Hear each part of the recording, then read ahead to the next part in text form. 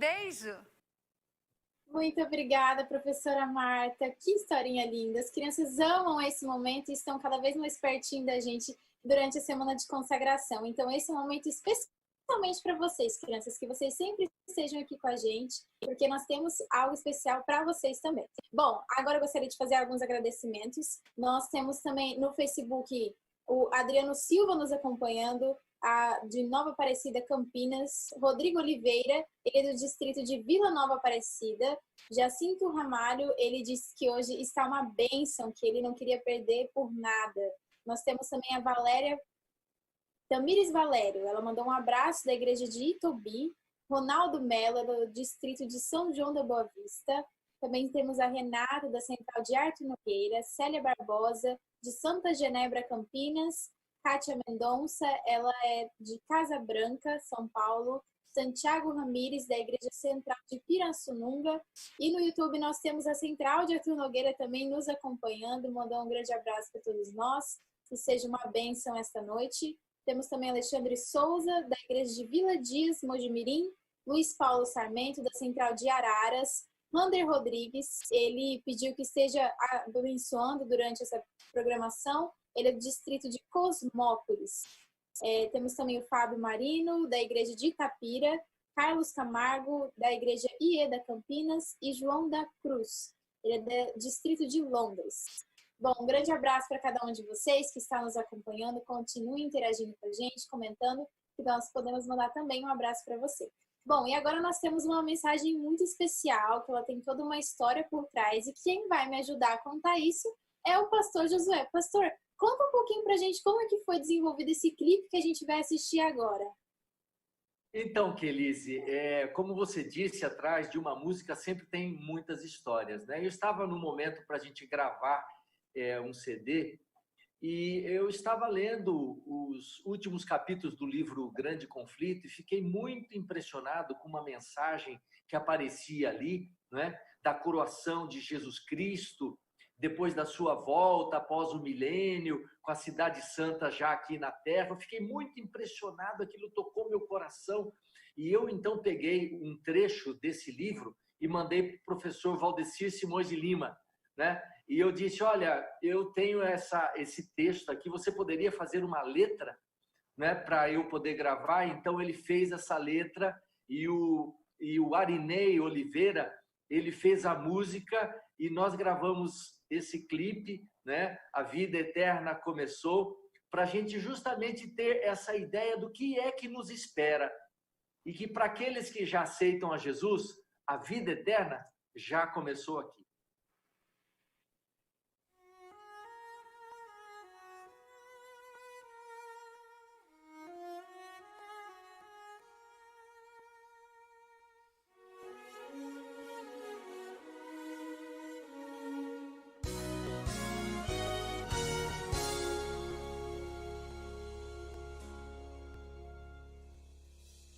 Quando a história deste mundo atingir o seu final e os livros revelarem quem é bom e quem é mau, bom será ouvir de Cristo.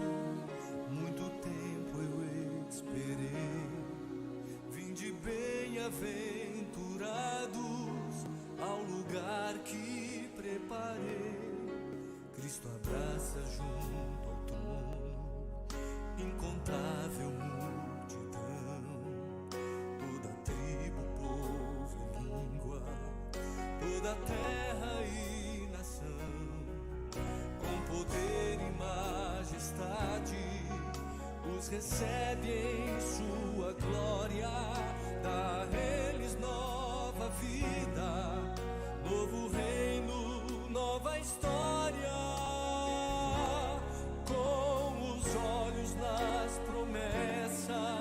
Antevemos nosso lar, nova vida em Jesus Cristo, já podemos celebrar, a vitória já é nossa, a batalha terminou, aleluia ao Deus eterno,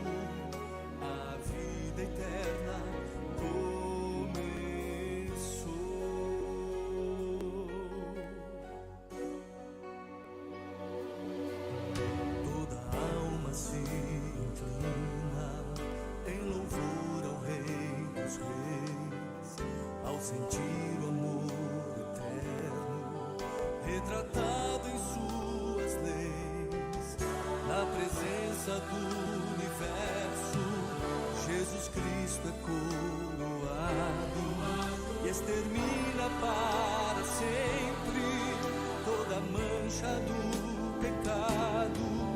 Já passou a noite escura, o sol da vida irradia. Glória a Deus e ao seu Filho, está nascendo um novo dia. Os remidos vitoriosos, em louvor e adoração, cantam hinos a Jesus, o autor da salvação.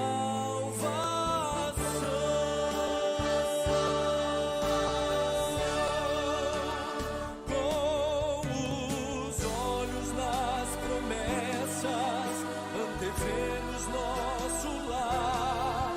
Nova vida em Jesus Cristo, já podemos celebrar. A vitória já é nossa, a batalha terminou.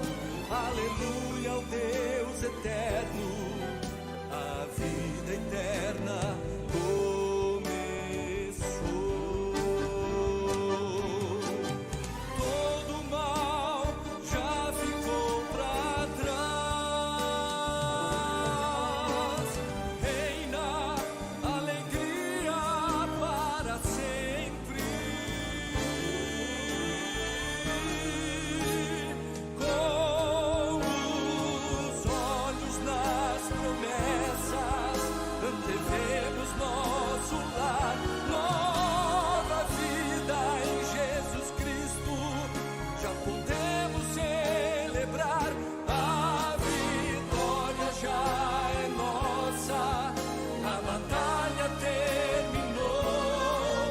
Aleluia ao Deus eterno, a vida eterna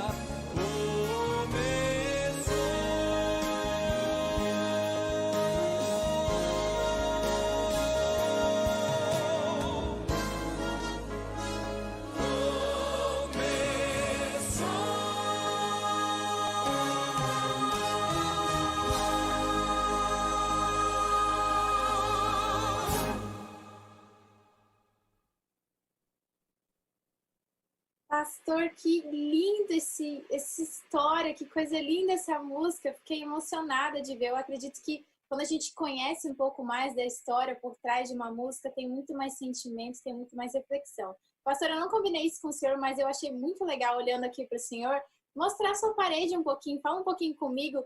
Conta pra gente quantos projetos que o senhor tem, mais ou menos, que o senhor gravou com outras pessoas. O senhor tem noção? Eu tenho sim. Olha, deixa eu mostrar aqui para você. Aqui nessa parede, eu tenho os CDs, os discos gravados da voz do Arautos do Rei e do Quarteto Ministry. Aqui nessa outra parede, eu tenho gravado as gravações com Coral Ministry.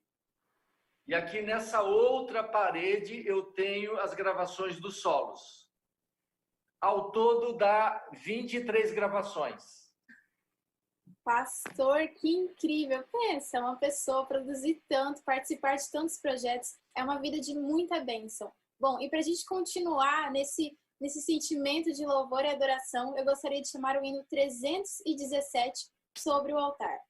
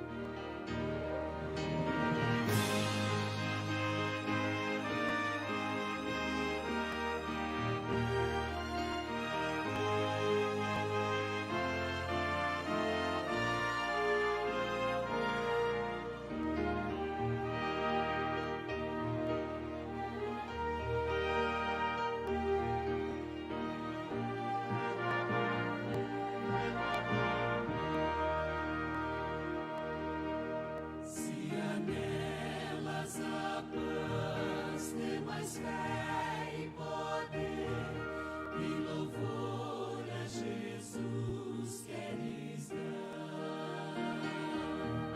Poderás descansar, sua bênção, ó Deus, se tua vida estiver sobre altar. Entrega-te, pois, ao serviço de Deus, consagra-lhe teu coração. Ele te bendirá, far-te-á descansar, e tua vida será uma canção. Se caminhas com Deus pelo brilho da cruz, has de ter o poder para vencer. Viverás, pois feliz, andarás sempre em luz, ofertando ao Senhor teu viver. Entrega-te, pois, ao serviço de Deus, consagra-lhe teu coração. Ele te bendirá, far-te-á descansar, e tua vida será uma canção. Recompensa terás em servir ao Senhor e falares no amor de Jesus. Alegrias de ter e celeste fervor, e um lugar em seu reino de luz. Entrega-te, pois, ao serviço de Deus, consagra-lhe teu coração. Ele te bendirá, far-te-á descansar, e tua vida será uma canção.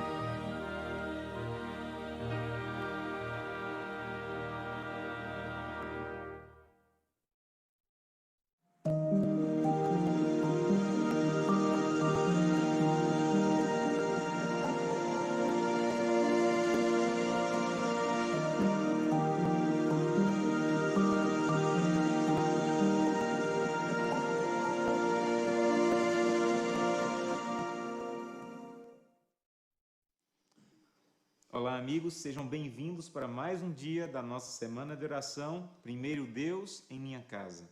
Estamos no meio da nossa semana. Eu espero que até aqui, esse momento, você tenha sido ricamente abençoado por Deus. Mais uma vez, vamos abrir a Bíblia. Esse é o nosso grande objetivo, falar com Deus através da sua palavra. Eu quero convidá-lo a abrir a Bíblia em 1 Reis, capítulo 17, e vamos ler a partir do verso 8. 1 Reis, capítulo 17, a partir do verso 8. Como estamos fazendo em todos os momentos, precisamos começar pedindo a sabedoria ao Deus que inspirou sua palavra através da oração. Feche os seus olhos, vamos falar com Deus.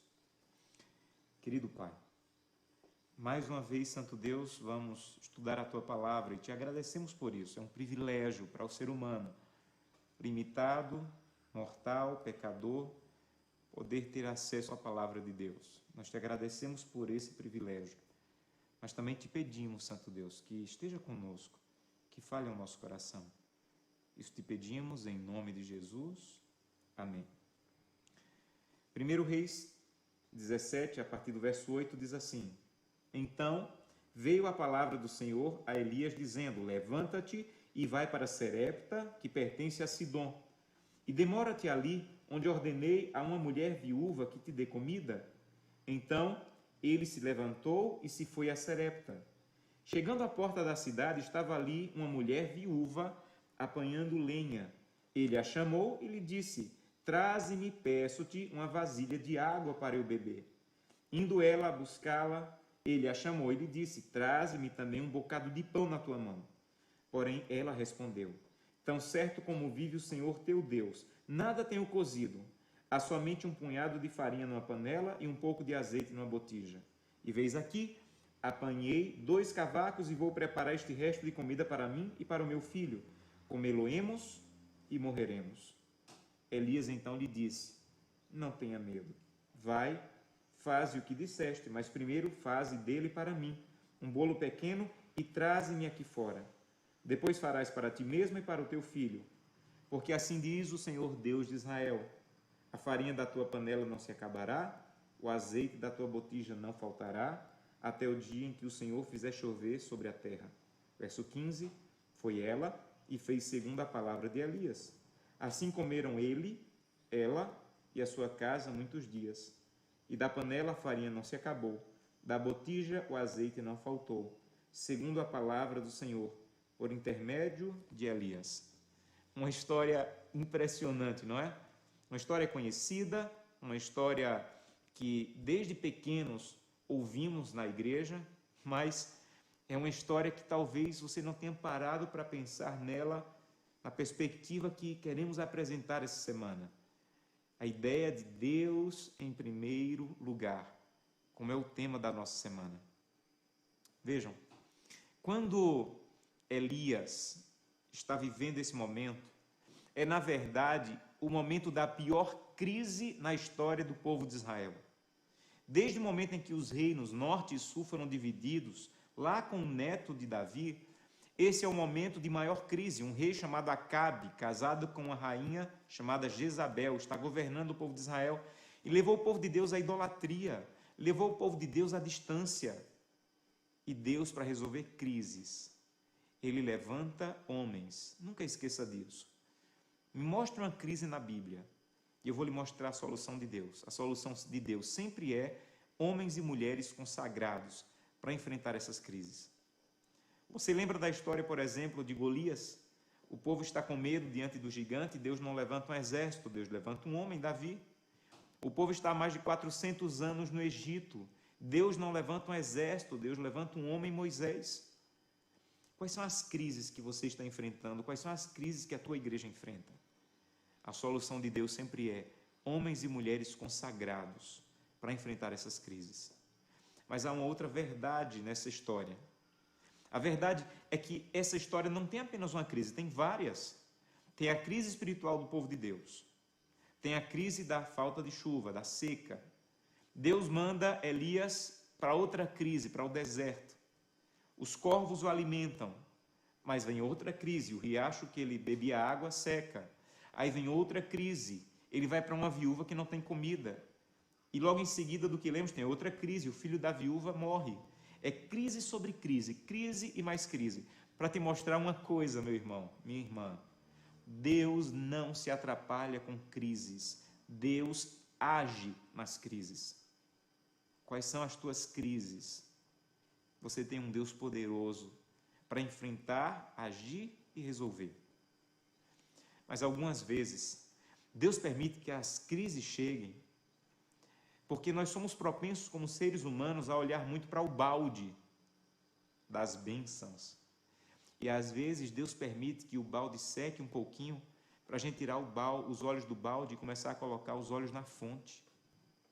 Nós estamos vivendo um momento em nosso país de uma crise sem precedentes. Uma crise política, uma crise econômica, uma crise moral. Eu imagino que de alguma maneira essa crise te atingiu. Alguns perderam emprego, milhares estão desempregados, a renda de muitos diminuiu. E sabe por que Deus permite as crises? Para que você não fique só olhando para o balde. Às vezes o balde seca para você olhar para a fonte. E sabe quem é a fonte? A fonte do nosso povo. Não é uma moeda forte, não é um dólar baixo. A fonte do nosso povo é o Deus de Israel. Essa é a tua fonte. Você quer enfrentar crises? Você tem que ir para a fonte, o Deus de Israel. há uma coisa muito impressionante para mim nessa história. Deus havia dito a Elias: vai, porque eu preparei uma viúva, uma mulher que vai te alimentar. E ele foi. Quando ele chegou na porta da cidade, viu uma viúva, uma mulher, e resolveu pedir comida a ela. E ela disse: eu não tenho. E ela estava falando a verdade. E ela acrescentou: o que eu tenho só dá para comer hoje, e depois eu e o meu filho vamos morrer. Há uma coisa aqui, veja, Deus poderia ter enviado Elias para qualquer pessoa, mas Deus enviou Elias para uma mulher que está vivendo o pior momento da sua crise. Pensa comigo, se Elias tivesse ido para a casa da viúva 15 dias antes, ele teria dito assim: eu tenho um pouquinho de comida, mas ainda dá para 15 dias. Ela teria dito: eu tenho comida, mas dá para 15 dias, vamos dividir. Se Elias tivesse ido para a casa da viúva uma semana antes, ela diria: eu só tenho comida para mais uma semana, mas ainda dá para dividir. Mas sabe quando Elias foi enviado para a casa da viúva? No pior momento da crise dela. No momento em que ela disse: eu vou comer com meu filho e vou morrer. No pior momento da crise, Deus sempre envia os seus servos para dizer: confie no Senhor. No pior momento da crise daquela mulher, Elias não levou uma cesta básica. Elias não levou uma comida no bolso. Sabe o que Elias levou? Verso 13. Elias disse para ela: eu sei que você só tem comida para mais um dia, mas faça o seguinte: faça e traga primeiro para mim. Elias, naquele momento, representava Deus. O que ele estava dizendo, na verdade, para a viúva era: a solução para a crise não é guardar, não é estocar e não é ser infiel. Ele estava dizendo: a solução da crise é confiar na providência de Deus, confiar no cuidado de Deus. Eu fui pastor em uma cidade e era o meu primeiro distrito, e quando eu cheguei na igreja querendo saber como ser pastor, era muito novo, eu fui recebido por uma irmã muito querida e ela disse: pastor, aqui na cidade nós não temos hotel, não temos pousada, o pastor fica hospedado na minha casa. E quando eu cheguei na casa da irmã, uma casa bonita, ela me disse: pastor, eu vou gostar do Senhor, com o tempo eu vou aprender a gostar do Senhor, mas por favor não me peça para deixar de gostar do pastor anterior, o pastor Cid. E eu sorri e disse: irmã, não vou pedir para a senhora parar de gostar do pastor Cid, mas eu estou começando meu ministério, por que a senhora gosta tanto do pastor Cid? Me ajude a entender. E ela, com emoção, disse: pastor, eu morava numa casa que na verdade não era uma casa, era um lixo. Eu não tinha nada, eu passava necessidade, o pouquinho que eu ganhava, gastava rapidamente. E o pastor Cid me visitou uma vez, 2 vezes, 3 vezes. E em uma das visitas ele disse: irmã, a senhora não pode viver nessa situação.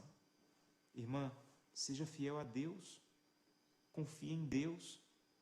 E ela disse: pastor, eu fiquei com tanta raiva do pastor, porque eu achava que ele ia levar uma cesta básica para mim. Sabe o que ele foi levar? O pastor foi dizer que eu deveria ser fiel. E eu não acreditei, porque eu tinha tão pouco, ele ainda queria que eu fosse fiel num pouco. E o pastor disse: irmã, não fique magoado comigo, eu sou seu pastor e eu tenho que lhe avisar. Deus quer lhe ajudar a enfrentar essa crise, mas confie nele. E ele disse: irmã, pior do que está, não vai ficar se a senhora confiar em Deus. E ela disse que guardou aquilo no coração: pior do que está, não é possível. E ela disse: pastor, eu comecei a ser fiel a Deus. Não porque esperava alguma coisa em troca, não porque esperava que Deus me devolvesse, mas porque eu queria apresentar a minha fidelidade a Deus como reconhecimento de que Ele era o meu Deus. E eu comecei a ser fiel no pouquinho que eu tinha. E alguns meses depois, ela disse: eu recebi um telegrama, o meu esposo, ele faleceu em um outro estado, em uma empresa em que ele trabalhava, e no telegrama dizia que eu iria receber uma pensão e um valor que eu tinha direito pela morte do esposo, e foi com esse valor que eu comprei essa casa. Por isso eu amo tanto o pastor, porque ele teve coragem de olhar nos meus olhos e dizer: seja fiel, traga primeiro ao Senhor. Sabem, nós temos vários objetivos nessa semana, mas um dos principais é convidá-la a colocar Deus em primeiro lugar na tua vida. É convidá-la a começar o dia na presença de Deus. Não saia de casa, não vá para um mundo mau e violento. sem estar batizado pela presença do Espírito. Primeiro Deus ao começar o dia. Não deixe a tua família sair de casa sem um culto familiar. Primeiro Deus na tua família. Não deixe de ser fiel a Deus com as primícias. Primeiro Deus nos teus recursos. E assim você vai enfrentar crises. E você vai saber como resolver as crises por Deus agir em tua vida.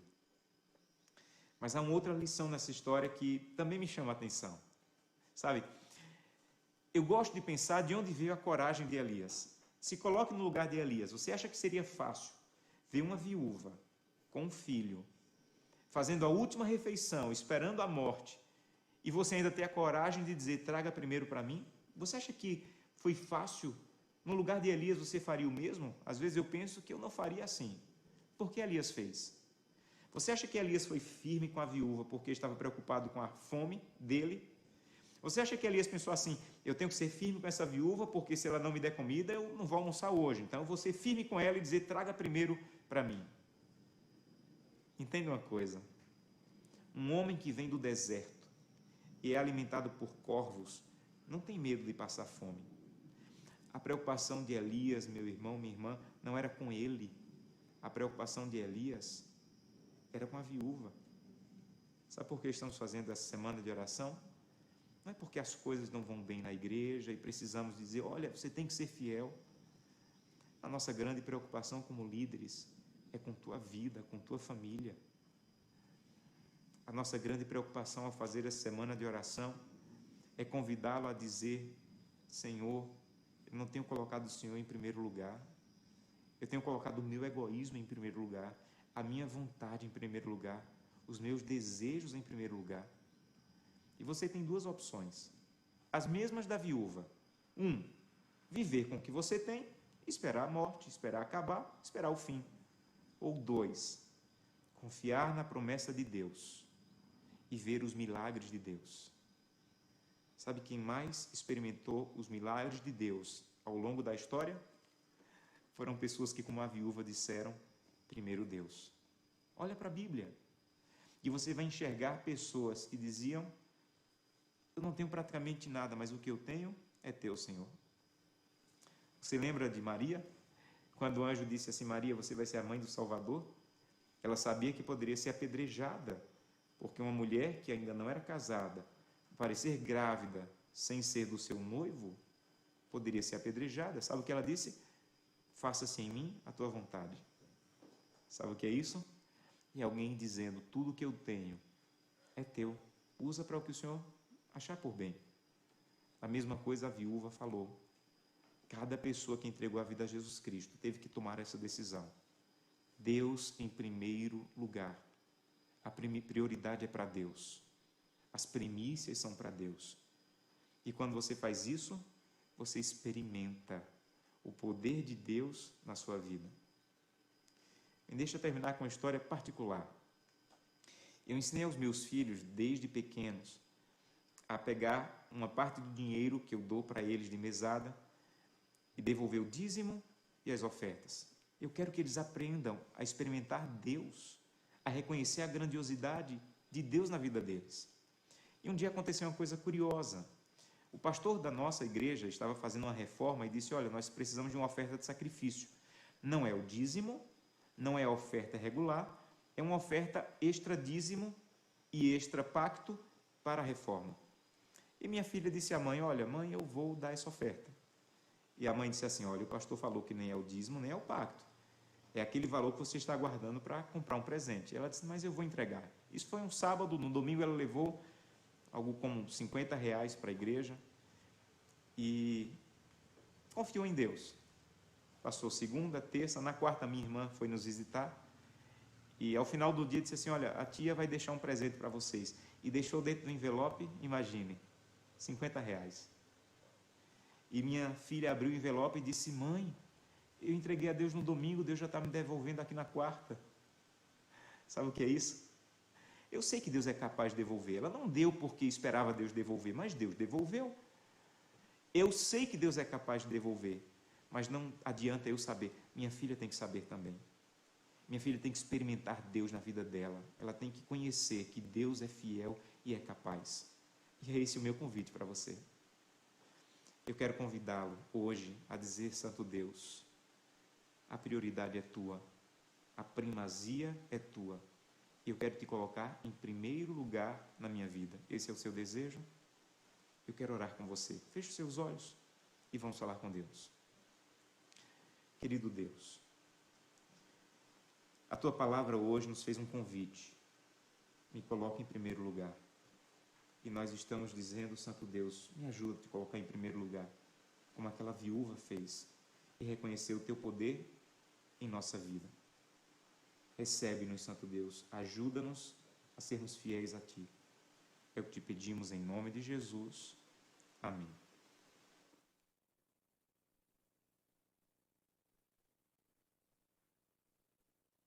Amém, pastor. Que mensagem linda. Como nós muitas vezes esquecemos as bênçãos que Deus realmente quer dar para a nossa vida. Muitas vezes nós pensamos que nós temos uma conquista tão próxima e perdemos a oportunidade, ficamos tão frustrados com isso. E quando passa o tempo, a gente realmente entende a real bênção que Deus tem para a gente e que é muito maior do que nós podemos imaginar. Então, que você tenha essa mensagem em mente do pastor Josanã, possamos aplicar isso nas nossas vidas. Que a nossa bênção é muito maior quando vem de Deus do que quando é nosso próprio desejo.